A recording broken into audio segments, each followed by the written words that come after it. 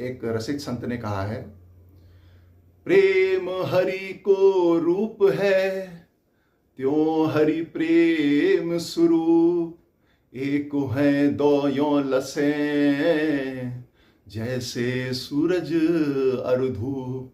जैसे सूर्य और उसका प्रकाश अभिन्न है, भगवान और भगवान का प्रेम अभिन्न है।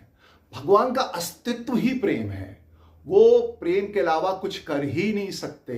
उनके कोप में भी प्रेम है, उनकी कृपा में भी प्रेम है।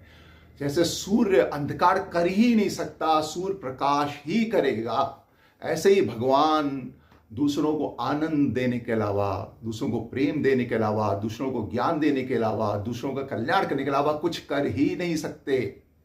एक माँ जो शिशु को अपने घर में रखती है, उसके हर दुख से वाकिफ होती है, उसके दुख से दुखी होती है। तो भगवान भी अंतःकरण में बैठ के हमारे सब विचारों को नोट करते हैं और हमारे कल्याण के लिए हमें सुख दुख देते हुए फिर जब हम उनके सन्मुख होते हैं तब वो हमें ज्ञान देते हैं, वैराग्य देते हैं और अपने आनंद में, अपने पन में सराबोर कर देते हैं।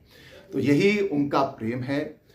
तो आप इसको ऐसे समझिए, श्री कृष्ण आनंद रूपी सागर में जो प्रेम भाव का अतिरेक है, जो प्रेम भाव का जो बहाव है, अनंत जो बाढ़ है, वो श्री राधा है।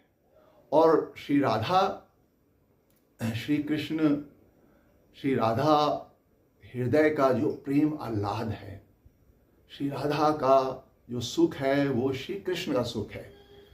जो प्रेम का स्वरूप होता है वो दूसरे को सुख देना, अपने प्रियतम के सुख में सुखी होना, उनसे सब प्रेम करें, उनको सब सुख दें। चाहे मेरी तरफ प्रभु देखे ही ना, मुझे प्रेम करे ना। एक कवि ने कहा है, अब इश्क में इसकी भी परवाह नहीं, वो याद रखते हैं या भूल गए। हम उनको प्रेम करते हैं, हम उनके अंश हैं, वो हमारे हैं। वो हमें अपने माने या ना माने, वो तो हमें अपना मानते ही हैं, पर प्रेम का ये स्वरूप है। क्योंकि भगवान हमें अनंत जन्म से, देखिए कितनी करुणामयी माँ है, हम उनको भूले हुए हैं।